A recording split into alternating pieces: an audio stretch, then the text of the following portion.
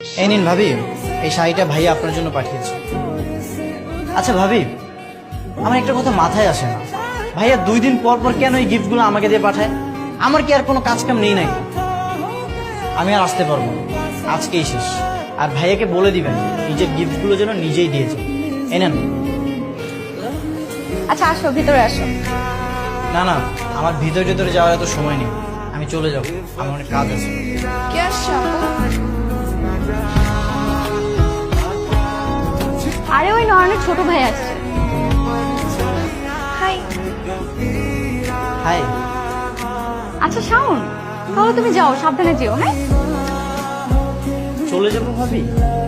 তাহলে তুমি নিজেই তো দেরি করতে চাচ্ছ না। না মানে বলছিলাম কি ভাবি, চলেই যখন আসছি, বাসার সামনে থেকে চলে যাওয়াটা কেমন দেখায় না? আমি বরং ভিতরে আসি। আচ্ছা আসো, তাহলে তুমি তাহলে বসো।